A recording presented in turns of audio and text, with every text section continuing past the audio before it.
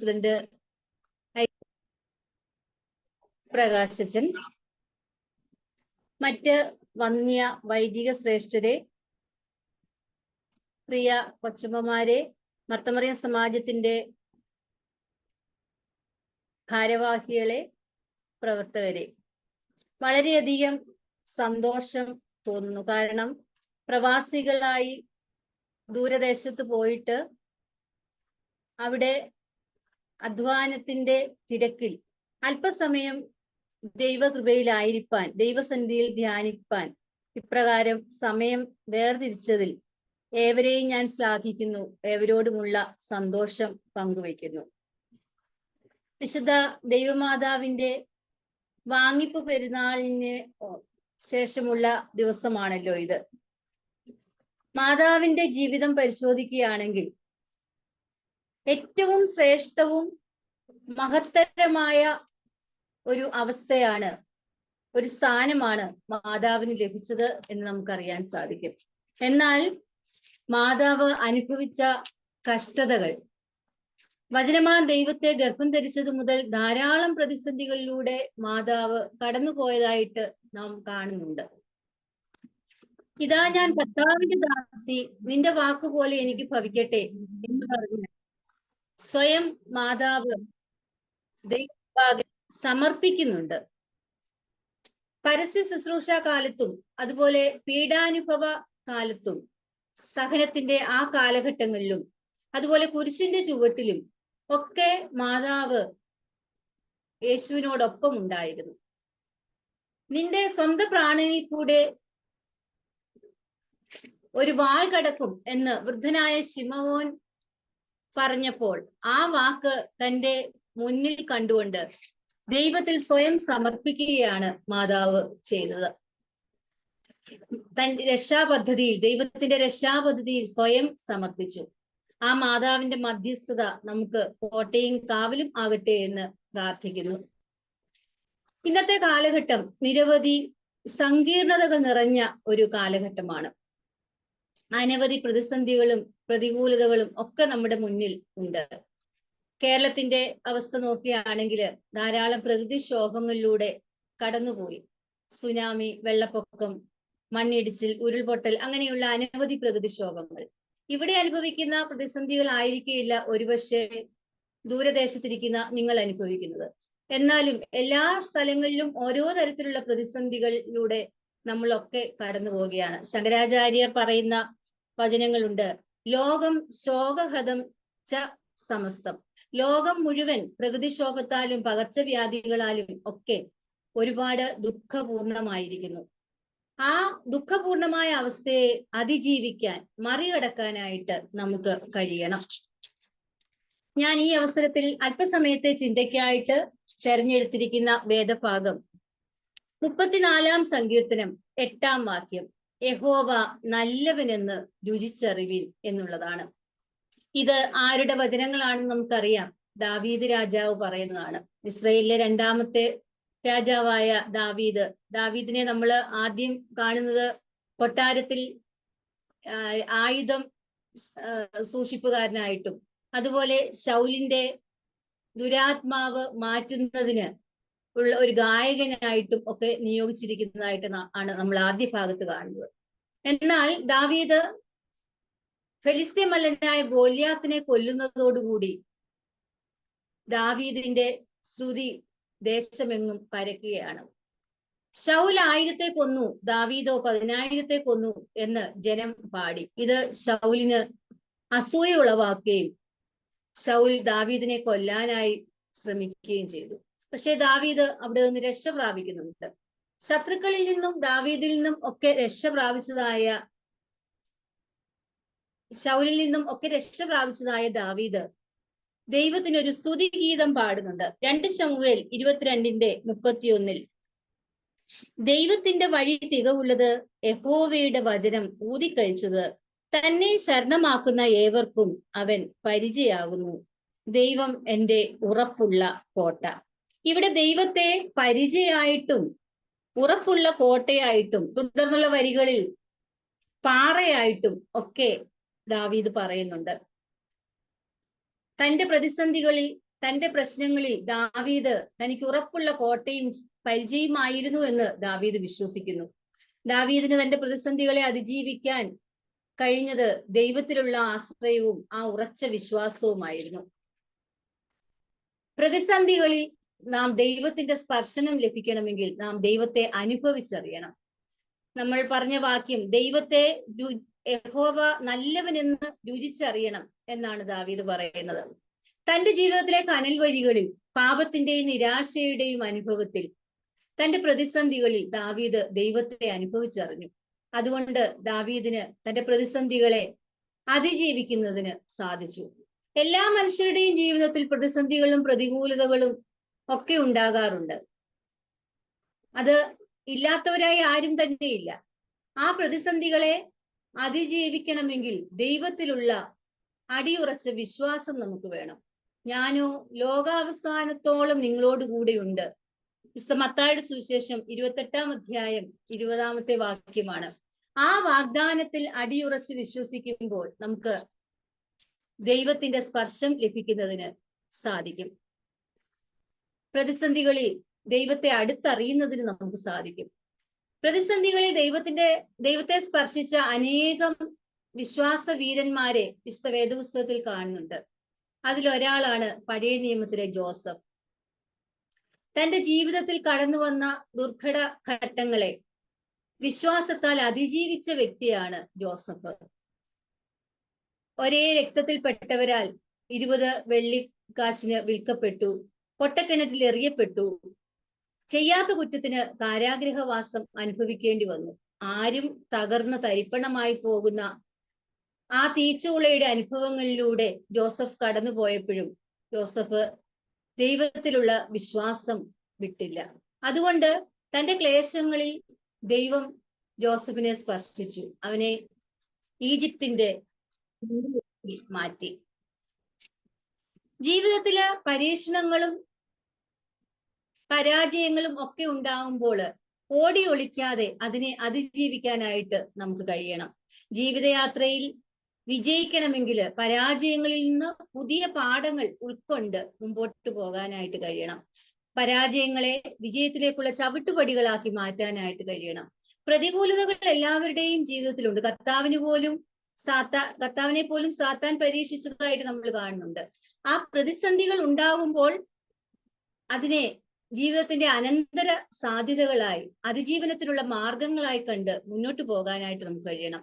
മലയാളത്തിലെ പ്രസിദ്ധ ഗവേഷകനും എഴുത്തുകാരനും ഒക്കെയായ സി രാധാകൃഷ്ണന്റെ ഒരു നോവലാണ് മുമ്പേ പറക്കുന്ന പക്ഷികൾ എന്നുള്ളത്.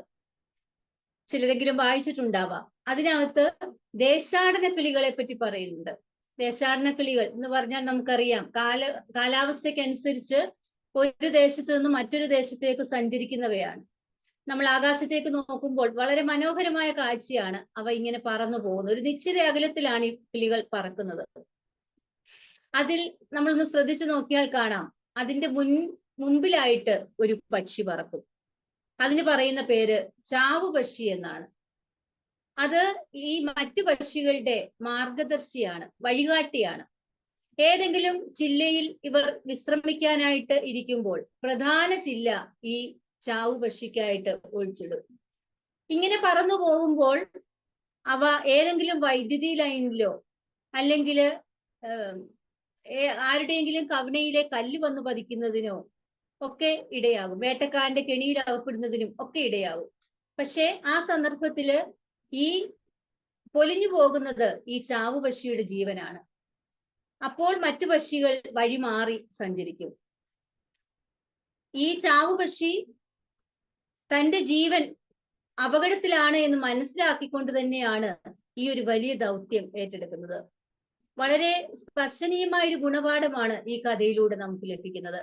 തന്റെ ജീവൻ അപകടത്തിലാണെന്ന് മനസ്സിലാക്കിക്കൊണ്ട് ഈ ദൗത്യം ആ ചാവുപക്ഷി ഏറ്റെടുക്കുകയാണ് ചെയ്യുന്നത്.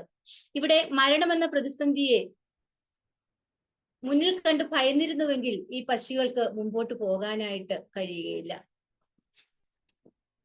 പ്രതിസന്ധികളെ അതിജീവിക്കാനുള്ള 3 മാർഗങ്ങളെ പറ്റി ഞാൻ ചുരുക്കമായിട്ട് പറഞ്ഞ് എൻ്റെ വാക്കുകൾ അവസാനിപ്പിക്കാം.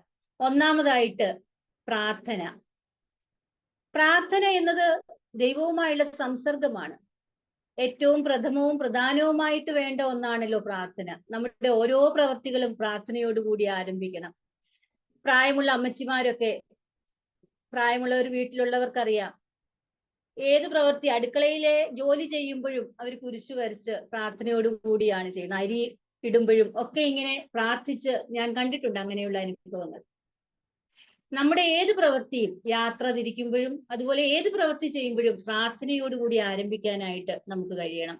ദൈവം സ്നേഹിക്കുന്നവർക്കും രോഗങ്ങളും പ്രയാസങ്ങളും ദുഃഖങ്ങളും ഒക്കെ ഉണ്ടാവും. പക്ഷേ ദൈവം അതിൽ നിന്നെല്ലാം വിടുതൽ തരാൻ യോഗ്യനാണ് എന്ന് നമ്മൾ മനസ്സിലാക്കണം. വേദനയിൽ നിന്നും, നിരാശയിൽ നിന്നും, അപകർഷതാബോധത്തിൽ നിന്നും നമ്മെ രക്ഷിപ്പാൻ ഒരു ഭൗമിക തത്വശാസ്ത്രത്തിനും കഴിയുകയില്ല. മനുഷ്യനിൽ തന്നെ ആശ്രയിക്കുമ്പോൾ കൂടുതൽ നിരാശയിലേക്കും ദുഃഖത്തിൽ നിന്ന് ദുഃഖത്തിലേക്കുമാണ് പോകുന്നത്. നമ്മുടെ പ്രശ്നങ്ങൾക്ക്, മാനുഷിക പ്രശ്നങ്ങൾക്ക് പരിഹാരം കണ്ടെത്താൻ കഴിയുന്ന പരീക്ഷണശാല എവിടെയാണ് എന്ന് ചോദിച്ചാൽ അതിനുള്ള ഉത്തരം കണ്ടെത്താൻ ബുദ്ധിമുട്ടാണ്. സസ്യശാസ്ത്രം പഠിക്കുന്നവർ മനസ്സിലാക്കുന്ന ഒരു കാര്യമുണ്ട്. പ്രകാശ സംശ്ലേഷണം നമ്മളൊക്കെ സ്കൂളുകളിലൊക്കെ പഠിച്ചിട്ടുണ്ട്. ഫോട്ടോസിന്തസിസ്. അവിടെ എന്താണ് സംഭവിക്കുന്നത്? ചെടികൾ അവയുടെ ആഹാരം ഹരിതവർണ്ണമായ ഇലകളിൽ സ്വയം പാകം ചെയ്യുന്നു. പക്ഷെ അവിടെ സൂര്യപ്രകാശം ആവശ്യമാണ്. അതുപോലെ നമ്മുടെ ജീവിതത്തിലും ദൈവാനുഗ്രഹം ഉണ്ടെങ്കിലേ നമ്മുടെ ജീവിതം മുമ്പോട്ട് പോവുകയുള്ളൂ. നിരാശയിൽ മരവിച്ചും കഴിയുന്ന മനുഷ്യർക്ക് ദൈവാനുഗ്രഹം ഉണ്ടെങ്കിലേ മുന്നോട്ട് ഗമിക്കാനായിട്ട് കഴിയുകയുള്ളൂ. ജീവിതത്തിൽ ഉണ്ടാകുന്ന ക്ലേശങ്ങൾ ഒരിക്കലും സ്ഥിര സ്വഭാവമുള്ളതല്ല. അതിനെ മാറ്റിമറിക്കാൻ ദൈവത്തിന് കഴിയും. നമ്മുടെ ഹൃദയംഗമായ പ്രാർത്ഥന ദൈവത്തിന്റെ മുമ്പാകെ സുഗന്ധദ്രവ്യം പോലെ കത്തി എരിയുകയാണെങ്കിൽ നമ്മുടെ പ്രശ്നങ്ങൾക്കൊക്കെ പരിഹാരം ഉണ്ടാകുന്നതിന് സാധിക്കും. രണ്ടാമതായിട്ട് പ്രസാദാത്മകത. അതിന് മറ്റൊരു വാക്ക് പറയുകയാണെങ്കിൽ പോസിറ്റീവ് തിങ്കിങ് എന്ന് പറയാം.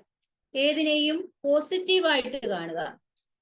ഒരു ചൊല്ലുണ്ട്, മനസ്സിന്റെ നിലയെ ആശ്രയിച്ചാണ് മനുഷ്യന്റെ സൗഭാഗ്യമെന്ന്. നമ്മൾ പച്ചക്കണ്ണാടിയിലൂടെ നോക്കുകയാണെങ്കിൽ പച്ചയായിട്ട് കാണുകയും മഞ്ഞ കണ്ണാടിയിലൂടെ നോക്കുമ്പോൾ മഞ്ഞയായിട്ട് കാണുകയും ചെയ്യുമെന്ന് പറയുന്നുണ്ട്. നമ്മൾ ഏത് രീതിയിൽ അതിനെ നോക്കിക്കാണുന്നു എന്നതിനാണ് പ്രധാനം. നമ്മുടെ വീക്ഷണകോണം, ഓരോരുത്തരും ഓരോ രീതിയിലാണ് കാര്യങ്ങളെ നോക്കിക്കാണുന്നത്.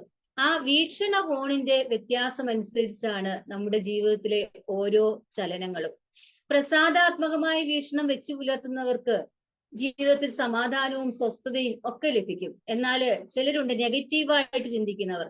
എന്തിലും ഏതിലും കുറ്റം കാണാനും മറ്റുള്ളവരെ കുറ്റപ്പെടുത്താനും ഒക്കെ ശ്രമിക്കുന്ന ആളുകൾ. അവർക്ക് എന്തെല്ലാം സൗഭാഗ്യങ്ങൾ ദൈവം കൊടുത്താലും അതിനെയൊക്കെ കുറ്റപ്പെടുത്തുന്ന, അതിലൊന്നും തൃപ്തരാകാത്ത ആളുകൾ, എന്തിലും നെഗറ്റീവായിട്ട് ചിന്തിക്കുന്ന ആളുകൾ. അങ്ങനെയുള്ളവരുടെ മനസ്സ് തികച്ചും അസ്വസ്ഥവും ദുഃഖപൂർണവുമായിരിക്കും. ഒരു ചിതയും ചിന്തയും ഒരുപോലെയാണെന്ന് പറയുന്നുണ്ട്. കാരണം ആകുല ചിന്തകൾ മനുഷ്യനെ ചിത പോലെ ദഹിപ്പിക്കുന്നവയാണ്. അപ്പൊ ഇങ്ങനെയുള്ള ആകുല ചിന്തകൾ മനസ്സിൽ നിന്ന് മാറ്റാനായിട്ട് നമുക്ക് കഴിയണം. നേപ്പിൾസിലെ ഉൾക്കടലിൽ കാണപ്പെടുന്ന ഒരുതരം മത്സ്യമാണ് മെഡൂസ. കേട്ടിട്ടുണ്ടാവും. ആ മത്സ്യത്തിന്റെ പ്രത്യേകത, അത് അവിടെ തന്നെയുള്ള ഒരുതരം ഒച്ചിനെയാണ് ഭക്ഷിക്കുന്നത്. ആ ഒച്ചിന്റെ പ്രത്യേകത എന്ന് പറയുന്നത് അതിന് ഒരു കട്ടിയുള്ള പുറംതോടുണ്ട്.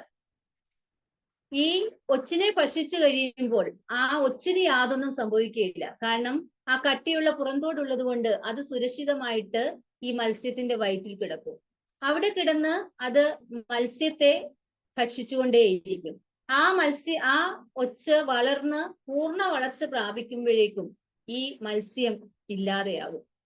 അതുപോലെയാണ് നമ്മുടെ അവസ്ഥ. നമ്മുടെ വേദനകളും ദുഃഖങ്ങളും ഒക്കെ നമ്മളെ അനുനിമിഷം കാർന്നു തിന്നുകൊണ്ടിരിക്കുകയാണ്. നമ്മുടെ വേദനകളും ആകുലതകളും ഇല്ലാതെയാക്കി സമാധാനവും സ്വസ്ഥവുമായിട്ട് ജീവിക്കാനായിട്ട് നാം ശ്രമിക്കണം. ഫ്രാൻസിസ് അസീസിയെ പറ്റി നമ്മൾ കേട്ടിട്ടുണ്ട്. അദ്ദേഹം മരം കൊച്ചുന്ന തണുപ്പില് അർദ്ധനഗ്നനായി നടന്നു പോകുമ്പോഴും ആനന്ദഗാനം ഒഴുക്കിയതായിട്ട് പറയുന്നുണ്ട്. അദ്ദേഹത്തിന് ജീവിതത്തിൽ ഒന്നും ആർജിച്ച വ്യക്തിയല്ല. അദ്ദേഹത്തിന് മാതാപിതാക്കളില്ല, സമ്പത്തില്ല, സ്ഥാനമാനങ്ങളില്ല. എങ്കിലും അദ്ദേഹം യാതൊന്നിനെ കുറിച്ചും പരിഭവമോ വേദനയോ ഇല്ല. അദ്ദേഹം ആനന്ദഗാനം മുഴക്കി സന്തുഷ്ടനായി സന്തോഷവാനായിട്ട് ഇങ്ങനെ നടന്നു പോകുന്നതായിട്ടാണ് പറയുന്നത്. ദുഃഖിതരായ മനുഷ്യന് പുരോഗതി ഉണ്ടാകുകയില്ല. നമ്മുടെ മനസ്സിൽ സന്തോഷവും സമാധാനവും ഉണ്ടെങ്കിൽ മാത്രമേ നമുക്ക് ജീവിതത്തിൽ വിജയം കൈവരിക്കാനായിട്ട് കഴിയുകയുള്ളൂ. മൂന്നാമതായിട്ട് പ്രത്യാശ. 91-ാം സങ്കീർത്തനം 1 മുതൽ 4 വരെയുള്ള വാക്യങ്ങൾ ഇപ്രകാരമാണല്ലോ. അത്യുന്നതന്റെ നിഴലിൽ വസിക്കുന്നവന് കർത്താവ് അവന്റെ ആശ്രയവും സങ്കേതവുമാകുന്നു. ദുഷ്ടന്മാരുടെ കെണിയിൽ നിന്നും വ്യർത്ഥമായ സംഭാഷണത്തിൽ നിന്നും അവിടുന്ന് നിന്നെ രക്ഷിക്കും. തന്റെ തൂവലുകൾ കൊണ്ട് അവിടുന്ന് നിന്നെ മറച്ചുകൊള്ളും. നമുക്ക് പ്രതിസന്ധികൾ ഉണ്ടാവുമ്പോൾ പലപ്പോഴും പാതി വഴിയിൽ ഉപേക്ഷിക്കുന്നവരാണ്, പാതി വഴിയിൽ വെച്ച് ഇട്ടേച്ചു പോകുന്നവരാണ് നമ്മളിൽ പലരും. അവിടെ നമ്മൾ പരിതസ്ഥിതിയെയും സാഹചര്യങ്ങളെയും അതുപോലെ വിധിയെയും ഒക്കെ പഴിക്കും. എന്റെ വിധിയാണ് എന്ന് പറഞ്ഞ് അതിനെ നമ്മൾ പഴിക്കാറുണ്ട്. തൽഫലമായിട്ട് നമ്മുടെ മനസ്സ് തളർന്നു പോകും. നമുക്ക് ഒന്നും ചെയ്യാൻ പറ്റാത്ത അവസ്ഥയിലേക്ക് എത്തിച്ചേരും. അവയെ തരണം ചെയ്യാൻ, പ്രതിസന്ധികളെ തരണം ചെയ്യാനുള്ള മനഃശക്തി നമ്മൾ ആർജിക്കണം.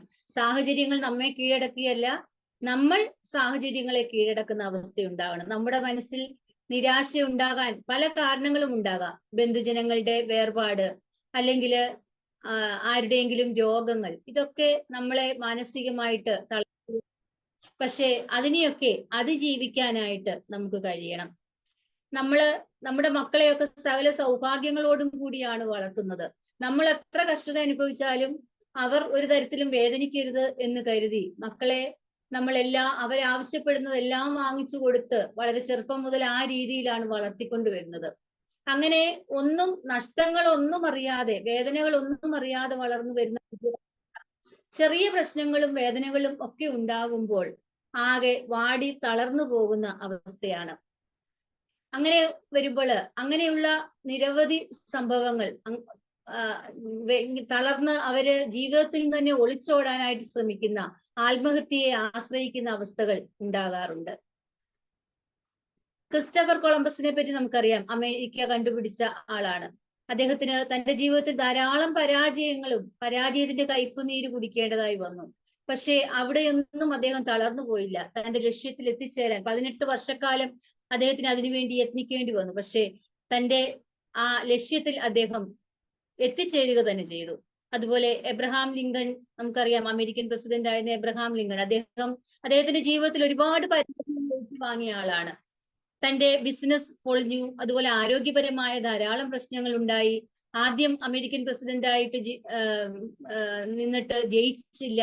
അങ്ങനെ നിരവധി പ്രതിസന്ധികളിലൂടെ കടന്ന് ഒടുവിൽ അദ്ദേഹം വിജയത്തിൽ എത്തിച്ചേർന്നു. അങ്ങനെ ധാരാളം മഹാന്മാരുടെ ജീവിതം നമ്മൾ പരിശോധിച്ചാൽ ഇങ്ങനെയുള്ള പ്രതിസന്ധികളെ അതിജീവിച്ച് വിജയം കൈവരിച്ചതാണ് എന്ന് നമുക്ക് കാണാനായിട്ട് കഴിയും. പൗലോസ്ലീഹ ഇപ്രകാരം പറയുന്നുണ്ട്: ദൈവം നമുക്ക് അനുകൂലമെങ്കിൽ നമുക്ക് പ്രതികൂലം ആര്? അതുപോലെ എന്നെ ശക്തനാക്കുന്നവൻ മുഖാന്തരം ഞാൻ സകലത്തിനും മതിയായവൻ. ദൈവം നമ്മോട് കൂടെ ഉണ്ടെങ്കിൽ നമ്മെ ആർക്കും എതിർക്കാനായിട്ട് കഴിയുകയില്ല. ദൈവത്തിന്റെ കൃപ ഒന്ന് മാത്രമാണ് നമുക്ക് വേണ്ടത്. അതിനായിട്ട് പ്രാർത്ഥനയോട് മുന്നേറാനായിട്ട് നമുക്ക് കഴിയണം.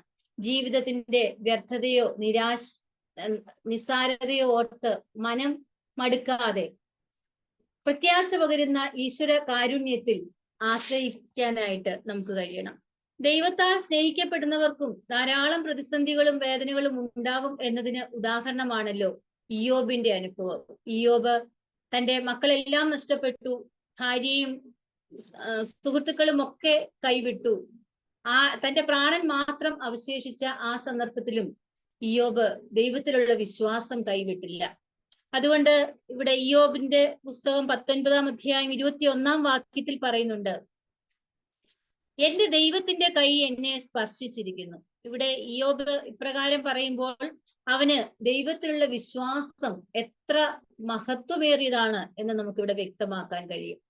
അതുകൊണ്ട് ഇയ്യോബിന് അവസാനം തനിക്ക് നഷ്ടപ്പെട്ടതിന്റെ ഇരട്ടി പ്രതിഫലമായി ലഭിച്ചു വായിക്കുന്നുണ്ട്. പൗലോസിന്റെ അനുഭവം നോക്കുകയാണെങ്കിൽ, പൗലോസും ധാരാളം സഹനങ്ങളിലൂടെ കടന്നു പോയപ്പോൾ ക്രിസ്തു ആശ്വസിപ്പിച്ചത് എന്റെ കൃപ നിനക്ക് മതി എന്ന് പറഞ്ഞുകൊണ്ടാണ്.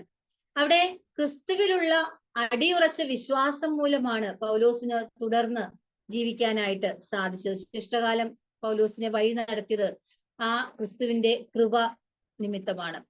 അതുപോലെ ക്രിസ്തുവിലുള്ള വിശ്വാസത്തിൽ അടിയുറച്ച് മുന്നോട്ട് പോകുമ്പോൾ നമുക്ക് സഹനങ്ങളിൽ ദൈവത്തിന്റെ സ്പർശം അറിയാനായിട്ട് സാധിക്കും. അറിയാം, ഒരു സ്വർണ്ണപ്പണിക്കാരൻ ആലയിൽ സ്വർണം കൂടുതൽ ശോഭയുള്ളതാക്കി തീർക്കുന്നതിന് അതിനെ ചുട്ടുപഴിപ്പിക്കും. അപ്പോൾ അതിലെ അഴുക്കും മാലിന്യങ്ങളും ഒക്കെ ഇല്ലാതെയായി അത് കൂടുതൽ ശോഭാപൂർണമായി മാറും. അതുപോലെയാണ് നമ്മുടെ ജീവിതങ്ങളും. നമ്മുടെ ജീവിതത്തില് പ്രതിസന്ധികളും പ്രയാസങ്ങളും ഒക്കെ ഉണ്ടാകുമ്പോൾ, ഈ പ്രതിസന്ധികളിലൂടെ നമ്മളെ കടത്തി വിടുമ്പോൾ നമ്മൾ കൂടുതൽ ശോഭയുള്ള ജീവിതങ്ങളായി മാറുകയാണ്, രൂപാന്തരപ്പെടുകയാണ് ചെയ്യുന്നത്. ശുഭപ്രതീക്ഷയോടെ വിശ്വാസത്തിന്റെ തീവ്രതയിൽ മുന്നേറാനായിട്ട് നമുക്ക് കഴിയണം. കർത്താവിലുള്ള വിശ്വാസം, നമ്മൾ ദാവീദിനെ പോലെ നമ്മുടെ പ്രതിസന്ധികളില് ദൈവത്തിന്റെ കരം സ്പർശിക്കുന്നതിന് നമുക്കിടയാകണം. വിശുദ്ധ ദൈവമാതാവിനെ പറ്റി നമ്മൾ പറഞ്ഞു. ദൈവമാതാവ് പ്രതിസന്ധികളിൽ അവിടെ മാതാവിന്റെ സമർപ്പണവും ആ വിശ്വാസവുമാണ് മാതാവിനെ മുന്നോട്ട് നയിച്ചത്. അപ്രകാരം നമ്മുടെ വേദനകളും പ്രയാസങ്ങളും പ്രതിസന്ധികളും ഒക്കെ ഉണ്ടാകുമ്പോൾ ദൈവത്തിന്റെ കരം നമ്മെ സ്പർശിക്കുന്നതിന് നമുക്കിടയാകട്ടെ എന്ന് പ്രാർത്ഥിക്കുകയാണ്. എന്നെ ഈ മീറ്റിംഗിലേക്ക് ക്ഷണിച്ച ഏവരോടുമുള്ള നന്ദി അറിയിക്കുന്നു. അഭിമന്യ തിരുമനസിനോടും എല്ലാ വന്യ വൈദിക ശ്രേഷ്ഠരോടും ഉള്ള നന്ദി അറിയിക്കുന്നു. ഐസക് വി പ്രകാശൻ പറഞ്ഞതുപോലെ വളരെ വർഷങ്ങൾക്ക് മുമ്പേ അച്ഛനെ നന്നായി അറിയാം. കുടുംബങ്ങൾ തമ്മിൽ വളരെ അടുപ്പമുണ്ട്. അച്ഛന്റെ പിതാവും ആയിട്ടൊക്കെ വളരെ ഒത്തിരി സ്നേഹബന്ധം പുലർത്തുന്നു. അതുപോലെ പ്രിയപ്പെട്ട സാലി കൊച്ചമ്മ, സഹോദര തുല്യം സ്നേഹിക്കുന്ന പ്രിയപ്പെട്ട കൊച്ചമ്മ, അതുപോലെ എലിസബത്ത് ടീച്ചർ, എന്നെ ക്ഷണിച്ച ഏവരോടുമുള്ള നന്ദി അറിയിച്ചുകൊണ്ട് ഞാൻ എൻ്റെ വാക്കുകൾ ചുരുക്കുന്നു. നന്ദി. ദൈവതിരുനാമം മഹത്വപ്പെടട്ടെ. അനുഗ്രഹീതമായ ഒരു ധ്യാന ചിന്ത പങ്കുവെച്ചുകൊണ്ട് മിസസ് റേച്ചൽ ജോസ് കൊച്ചമ്മ നമ്മളോട് ഏകദേശം നല്ല സമയം നമ്മളോട് ചെലവഴിക്കുകയും ആ സംവേദനത്തിലൂടെ വിശുദ്ധ വേദപുസ്തകത്തോടൊപ്പം വേദപുസ്തക മൂല്യങ്ങളെ ചേർത്ത് പിടിച്ച മനുഷ്യരെയും ചരിത്രത്തിൽ തെളിഞ്ഞു വന്ന ചില സംഭവങ്ങളെയും അമേരിക്കയിലും മറ്റു പ്രദേശങ്ങളിലും ഒക്കെ ഉണ്ടായതായ ചില കാര്യങ്ങളെ സ്പർശിച്ചുകൊണ്ടുള്ള ദൃഷ്ടാന്തങ്ങളും ഒക്കെ അവതരിപ്പിച്ചാണ് കൊച്ചമ്മ നമ്മളോട് സംസാരിച്ചത്. അതൊരു കേവലം പ്രസംഗം മാത്രമായിരുന്നില്ല. വളരെ സ്നേഹപൂർവമായി കാര്യങ്ങളെ അവതരിപ്പിച്ചുകൊണ്ട് ദൈവാനുഗ്രഹത്തെ നമ്മിലേക്ക് പകരുവാൻ കൊച്ചമ്മയ്ക്ക് സാധിച്ചു എന്നുള്ളത് വളരെ പ്രധാനപ്പെട്ട കാര്യമാണ്. തിരുവചനത്തെ ആസ്പദമാക്കി ഒരു ചെറിയ ചോദ്യത്തിന്റെ ഉത്തരം കണ്ടുപിടിച്ചുകൊണ്ട് പഠിക്കാനുള്ള മാർഗനിർദ്ദേശത്തോടെയായിരുന്നു കൊച്ചമ്മയുടെ പ്രസംഗ സന്ദേശം. പ്രതിസന്ധികളെ അതിജീവിക്കുവാൻ നമ്മുടെ മുമ്പിലുള്ള മാർഗങ്ങൾ ഏതൊക്കെയാണ്? നമ്മുടെ മുമ്പിൽ ധാരാളം മാർഗങ്ങളുണ്ട്. ഇന്നത്തെ പ്രധാനപ്പെട്ട കാലഘട്ടത്തിന്റെ മാർഗം എന്തെന്ന് ചോദിച്ചാൽ എന്തും പണം കൊടുത്തു വാങ്ങിക്കുക. പണം നമ്മുടെ കയ്യിൽ സുലഭമായിട്ടുണ്ട്. അതുകൊണ്ട് പണം ഉണ്ടാക്കാൻ എത്രമാത്രം പഠിക്കാമോ അത്രയും പഠിക്കുക. അത്രയും പഠിച്ചു കഴിയുമ്പോൾ അതുപോലെ പണം സമ്പാദിക്കാൻ പറ്റുന്ന ഒരു ജോലി സമ്പാദിക്കുക. ആ ജോലിയിൽ ഇരുന്നു കൊണ്ട് തന്നെ വീണ്ടും കൂടുതൽ പണം എവിടെ കിട്ടുമോ അങ്ങനെ സ്വിച്ച് ചെയ്ത് അടുത്ത ജോലിയിലേക്ക് പ്രവേശിക്കുക. അതോടൊപ്പം തന്നെ ഇൻവെസ്റ്റ്മെന്റ് എവിടെയൊക്കെ ഇൻവെസ്റ്റ് ചെയ്യാമോ. ആരോഗ്യ പരിപാലന രംഗത്ത് നമുക്ക് ഇൻഷുറൻസ് പദ്ധതികളുണ്ട്. അതിലൂടെയൊക്കെ നമ്മളെ തന്നെ സേഫ് ആക്കാൻ നമ്മൾ വളരെ ഭംഗിയായി അല്ലെങ്കിൽ വിപുലമായ രീതികൾ അവലംബിക്കുന്ന ഈ കാലഘട്ടത്തിൽ കൊച്ചമ്മ നമ്മളെ പഠിപ്പിച്ചത് പ്രയർ, അതോടൊപ്പം തന്നെ പോസിറ്റീവ് ആറ്റിറ്റ്യൂഡ് അല്ലെങ്കിൽ പ്രസാദാത്മകത ആൻഡ് ഹോപ്പ് ഇൻ ലൈഫ് അല്ലെങ്കിൽ പ്രത്യാശ. ഈ 3 കാര്യങ്ങൾ ഉണ്ടെങ്കിൽ അത് കേവലം വാക്കുകളായിട്ടല്ല പരിചയപ്പെടുത്തിയത്. പണ്ട് കാലഘട്ടം മുതലേ ഉള്ള മനുഷ്യരൊക്കെ ചെയ്തു വന്ന പ്രവൃത്തികളെ കോർത്തിണക്കിക്കൊണ്ടാണ് ഈ വിഷയങ്ങളെ നമ്മുടെ മുമ്പിൽ അവതരിപ്പിച്ചത്. വളരെ ശ്രദ്ധേയമായിരുന്നു കൊച്ചമ്മയുടെ സന്ദേശം. ഞാൻ സൂചിപ്പിച്ചതുപോലെ സൗമ്യമായി പെരുമാറി സൗമ്യതയിലൂടെ ആധ്യാത്മിക ദർശനങ്ങൾ നമുക്ക് പകർന്നു തരുവാൻ കൊച്ചമ്മയ്ക്കിടയായി. ഞങ്ങൾക്കേറെ സന്തോഷമുണ്ട് ഈ വാക്യങ്ങളും അറിവുകളും ഞങ്ങൾക്ക് പകർന്നു തന്നതിൽ. MMVS